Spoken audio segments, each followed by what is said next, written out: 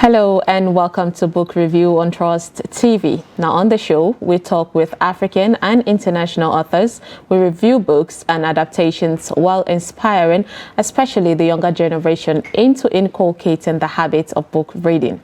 I am Sumaya Abubakar, and today we will be talking about the book Dispossessed. But let's take a short break, and when we come back, you'll get to meet the great author of this great book. Stay with us. Now, as part of efforts to support Africa's goal of strengthening... Now, looking at the activity chart, as you can see right here, a total volume of 130. Created a Boko Haram crisis that at that time was restricted to Yobe. How secure are they? You can see security men with blood. This is the road leading up to the... Already, if you look at English squad, you are looking at EPL, you are looking at their names. You are not looking at...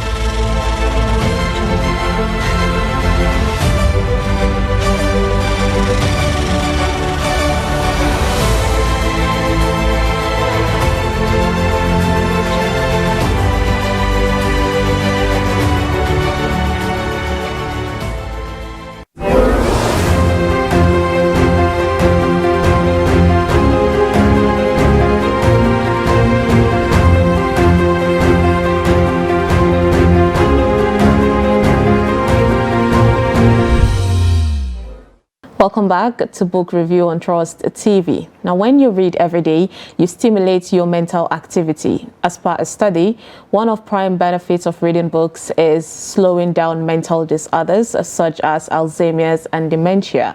It happens since reading stimulates the brain and keeps it active, which allows it to retain its power and capacity.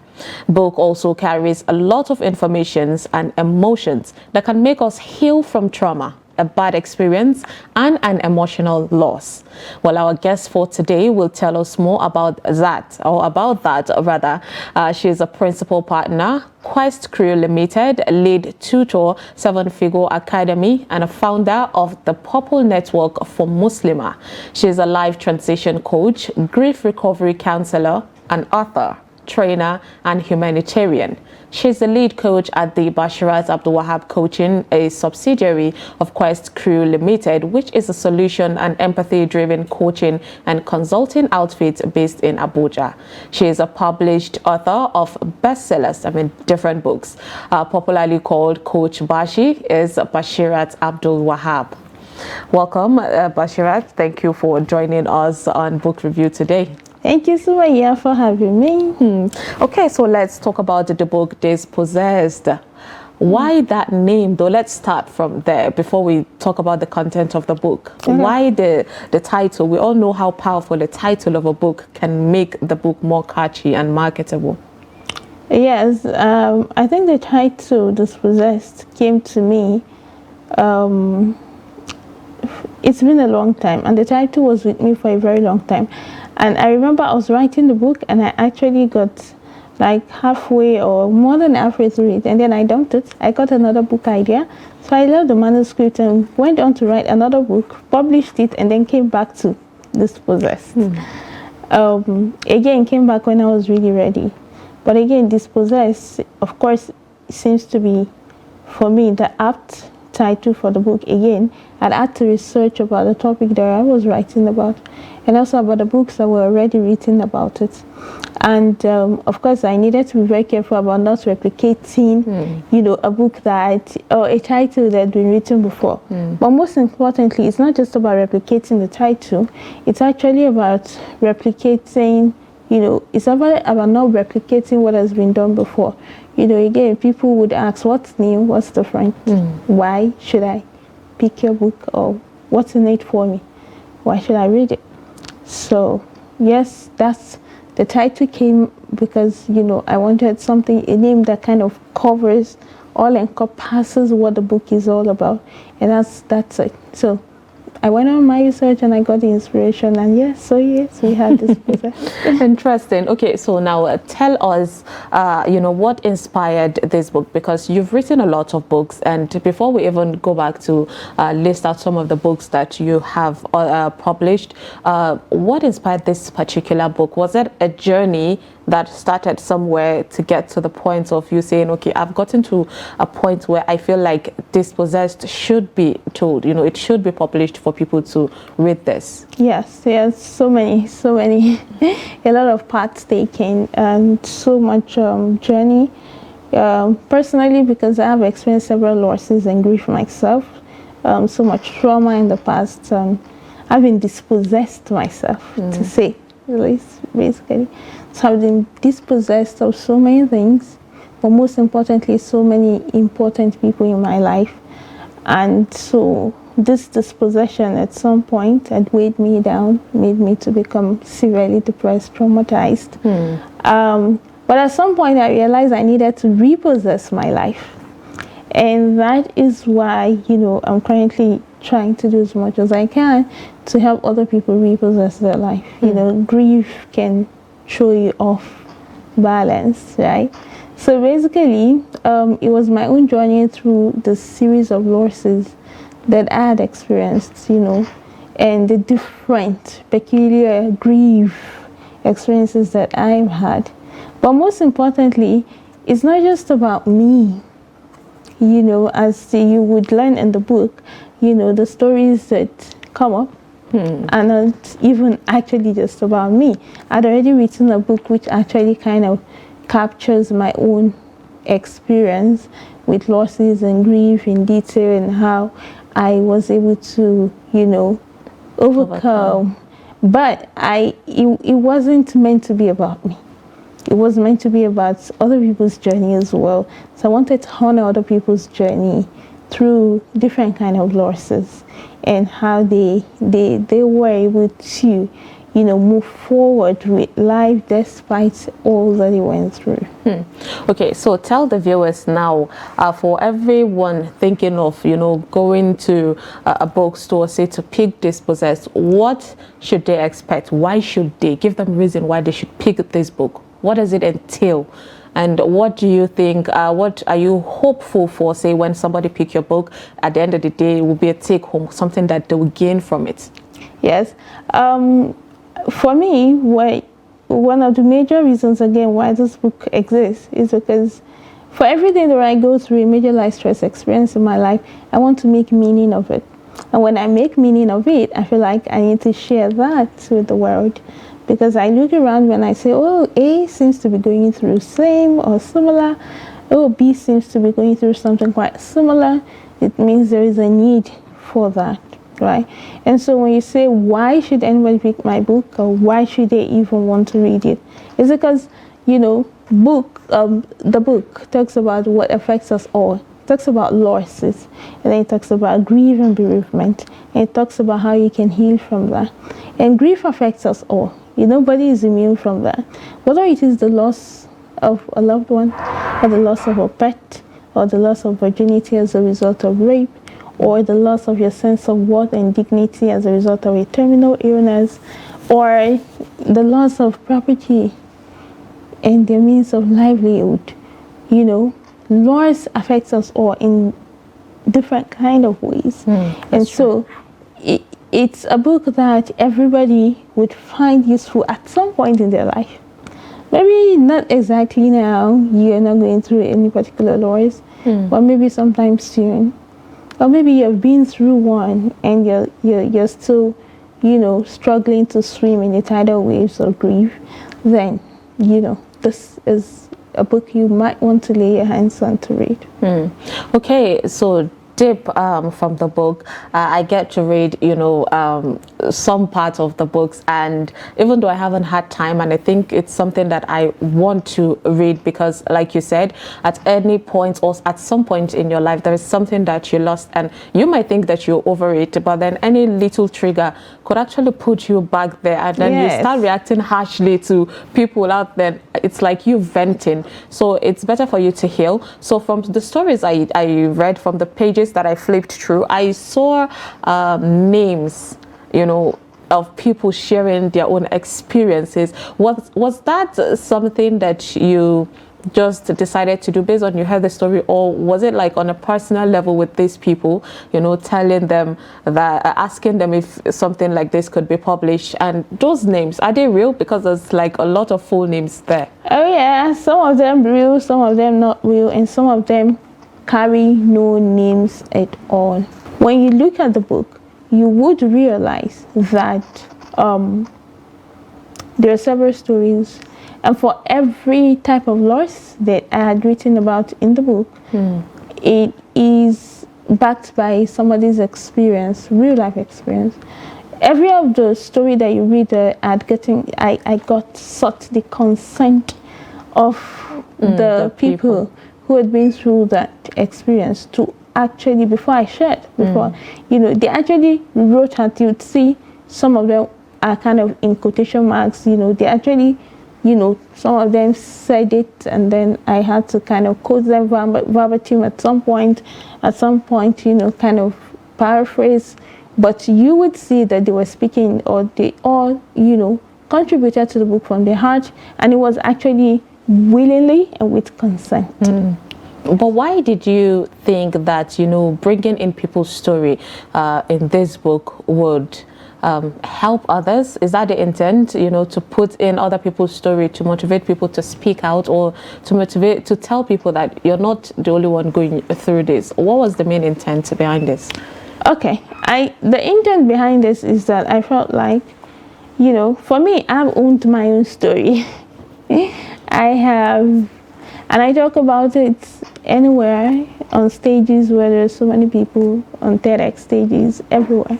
And I talk about it and smile while I talk about it. And so I've written about my own story, and I felt this shouldn't have to be, it doesn't have to be just about me. I didn't want it to be monotonous, so to say. I wanted fresh experiences. You know, might not be fresh, maybe they're not just happening instantly, but I wanted people to see that they're not alone, you know. And I also wanted the fact that, you know, this doesn't have to always be about me. It wasn't, I did not want to kind of glorify my, how do you put it? I didn't want to I didn't want to kind of keep glorifying my experience, as some people might think, you know, of it, of which I've gotten a lot of, you know, confrontations about, why would you write your experience like that? Why would you share a story like that? You know, aren't you afraid about what people are going to say? And honestly, I had all of those doubts when I was writing From Being to Purpose, because it was raw. It's raw. It is raw, like very raw, right? But again, I did it with a lot of knowing that there's so many other characters involved in my story. But I chose that I was going to tell my own story as I. And I was just going to tell my own side of the story. That's my story, my own part of the story, my own side, you know, honest side of the story, as objectively as I could. It wasn't like the book was put out there as a blame game. And I love that for everybody that has read the book, they come out and say, oh, so when I started reading your book, I was feeling like, oh my God, one person went through all of this. But as I read along, it was empowering. And so that's what I want to do. For me, you can call me a logotherapist, basically. Someone who seeks to find meaning in everything. So when I realized that I could help people find meaning in their losses, make sense of their grief, they could grieve more strongly, and they don't have to feel guilty for grieving, for crying, for mourning their losses. They don't have to feel like they need to just run over it and get on with life. You know, they can take their time and grieve as strong as they need to be, and they can come out really strong on the other side of the tunnel and live a meaningful life. Interesting there. I like that one. For a moment, the author just stepped back and coach came out. Okay, we hope that, of course, you're enjoying. You're really getting enlightened, of course, about, you know, grief and how to, you know, move past it with Bashirat Abdul Wahab here on Book Review. But make sure that you don't go anywhere. Just stick with us. We'll be right back after the break with more.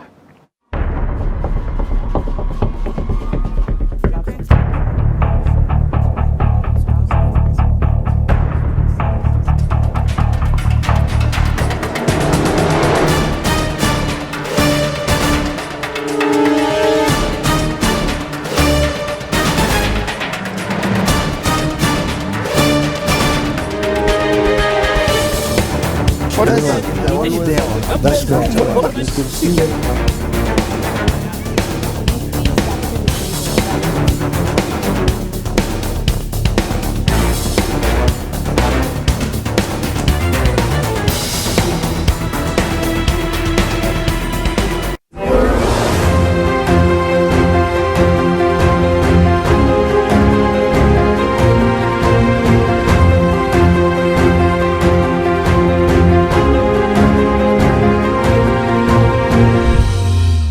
Welcome back to Book Review on Trust TV, and right now we're talking with Coach Bashirat Abdul Wahab, who was telling us about, grief, her book Dispossessed, and how it helped you to, move on from your grief, to heal.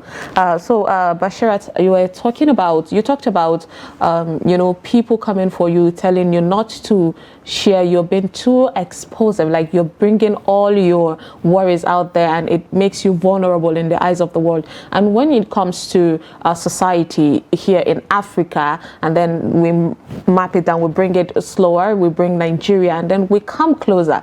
It's zoomed back to the northern part of Nigeria. There's a lot of not believing in sharing your stories or your grief, your sorrows out there. So how, now I'm asking you as a coach, and we linked into other, how as a coach would you advise people to be able to feel okay, to share their stories out there? It doesn't mean like you have to go all deep out by writing. Not everybody can write a book. Not everybody is a superhero like you. So what would be your advice to people? It makes me to shock you that so many people who read From Pain to Purpose feel like they know me, but actually you don't really know me, because whatever I shared in From Pain to Purpose was premeditated upon. And so those were the parts that I chose to share. Do you get? So no, it is not like all of me. There's so many parts of me that are not in that book, but I only chose to share about my losses and lessons from my losses and how other people can navigate. Same as Dispossessed, other people's mind, of course, spiced it in there.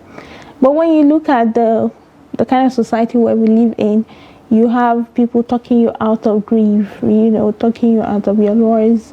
Don't you have faith in God? Baki da tsoron Allah ne, baki, baki da tawakkali ne, baki da imani, baki da imani, and all of that. Ay Allah ke bayarwa, you should Allah, have faith. It's God that gives and God that takes and all of that. But again, when we look at the life of, those that we emulate, we try to model after, that we especially again majorly in northern Nigeria, Muslims, we model after, we try to model after the Prophet Muhammad sallallahu alaihi wasallam. When you look at his life, he had been through several losses and so much grief and mourning in his life. Did he cry? Yes. Did he mourn? Yes. Did he grieve? Yes. Were there points where he was really overwhelmed by this grief? Absolutely yes. Right? So there is no one size fits all. And for some people, they could grieve for so long, and other people could grieve for a very short time and then they're over it. But it is not for anyone to say it's okay, it's enough, you can grieve no more. Nobody really sets the timeline, and there is not one size fits all for how you should grieve. But what's most important is that you make sense out of it. You were able to find meaning. You're able to stay grounded. You are able to pick up your life and move forward despite the grief. So meaning that, yes, you're bereaved, you're grieving, you're hurt so badly, you've experienced a very major loss in your life. But as time goes on, you have to rebuild. Meaning that although the weight of the grief might want to weigh you down, you have to continue with life, because again, that's what your loved one would want to see you do. They want you to keep living life. You have to live on. Life's not going to wait for you. So if you take 10 years to make sense of the grief, the clock will not stop ticking. Take your time. Right? But it's okay. The clock won't stop ticking, and the life will not just freeze until you make sense of it. Meaning that while you're taking your time, it is important to do something that can help you progress in the waiting time. So when they say time heals all wounds, no, it's what you do with the time that determines whether you're going to heal or not. And so if you're going to sit in there for 10 years, you're not trying to get help, you're not trying to heal, you're not trying to self-help, you're not trying to see a therapist, you're not doing anything whatsoever to heal, time is not going to just heal it. Time is not a therapist.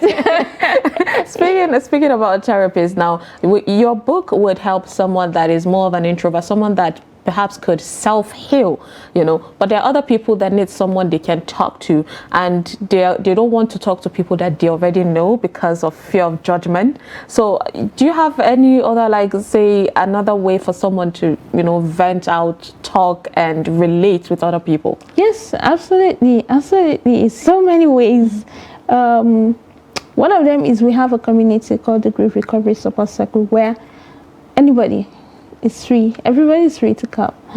You're free to be a member of our community, and it's a community for people who have experienced any kind of loss at all, and name it. When we talk about loss here, we're not just talking about the loss of your dad or your spouse or your child. We're talking about miscarriage, for instance, stillbirth, for instance, rape, for instance. We're talking about divorce and separation, for instance. We're talking about loss of property and means of livelihood. We're talking about a terminal illness that's actually, affected you in such a way that you've lost your self-image and your self-worth.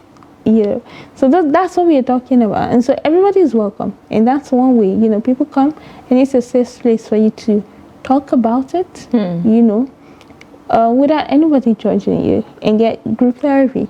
Right? Also, another way, of course, aside that I write that, and then, of course, I run alongside other people a community that offers support for people in grief, is that I actually offer grief recovery counseling and therapy services to those who are in need, and not just individuals, of course, families. So sometimes I pay family visits, yes. Okay. Now, the interesting thing about these things is that you realize that most of the people that reach out to me for grief recovery, or bereavement counseling or therapy services, are not the people who are bereaved.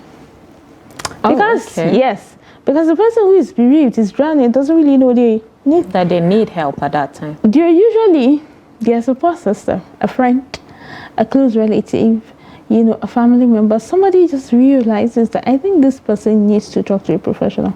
Those are the people that reach out to me and say, you know what, my friend, she went through this, and I think she needs help.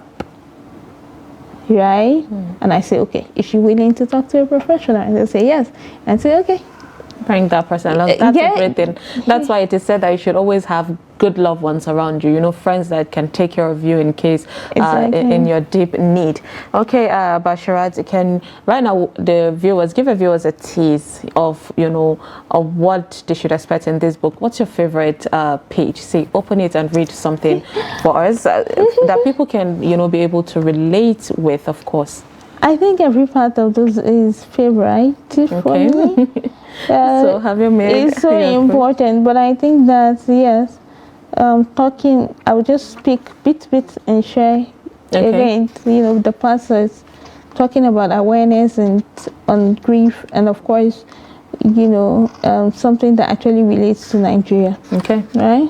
Okay, so grief is a personal thing, right? Let me start from here. Grief, or the pain of losing a loved one, is one of the most hurtful type of pain anyone can experience. As someone who has personally experienced so much loss in the past, I have come to learn that as human beings, we never get used to pain. We never get used to loss, and we never get used to hearing about the loss of someone or something that we love. We hate to be dispossessed of anyone or anything, and each time death or loss occurs, it occurs or comes to us afresh, and we just can't help but feel the pain anew. So grief, therefore, is human beings' response to loss, especially the loss of someone or something that they hold dear. This means that grief is not only applicable to death of another person, it cuts across losing a dear relationship, pet, job, virginity, something we hold dear. And so in this book, you learn how to manage grief, and learn how to start living without your loved ones and your cherished dreams. Now, grief is a personal thing, and everyone sees their loss as the worst thing that could ever happen to them. Most times, grief takes longer than people think. It is finished when it is finished. No set timeline or schedule. I've come to realize that grief is only finished when the bereaved can finally live every day without the deceased, without the painful thoughts of the disease holding them back or ruining their lives. Okay. Now, I'd like to share something quickly. According to the START GTD, 8% of terror-related deaths occurring globally in 2017 happened in Nigeria. With Nigeria ranking third on the chart, right behind Afghanistan first and Iraq second, respectively. And this means that in recent times, a large chunk of Nigeria's population is bereaved as a result of terrorist activities. Okay. Kidnapping, all of those things, banditry. Although the above data excludes other forms of death as a result of terminal illness or lack of access to healthcare, etc. So Nigeria what then means is that every Nigerian has a 100% chance of losing someone to one or more of the aforementioned factors. And the same can be said of most African countries. Interesting point there. Oh my God. You just touched my heart, and I'm sure that you touched a lot of people's heart right there. But you're right, I enjoyed every session. Like this whole episode, I enjoyed it with you. I'm sure that our viewers also relate with you. Thank you so much, Bashirat Abdul Wahab, the coach and the author. You're doing great things in life. Thank you so much for joining us today. Thank you so much, Sumaya, for having me. Of course, you're welcome. Okay, so reading makes you so powerful. Of course, it makes you more knowledgeable. Like Philip Pullman said, we don't need a list of rights and wrongs, tables of do's and don'ts. We need books, time, and silence. Thou shalt not is not forgotten, but once upon a time lasts forever. And that is it on today's episode of a Book Review on Trust TV. I am Sumaya Abubakar. Thank you so much for watching, and do not forget to always read a book. Until next time, bye-bye.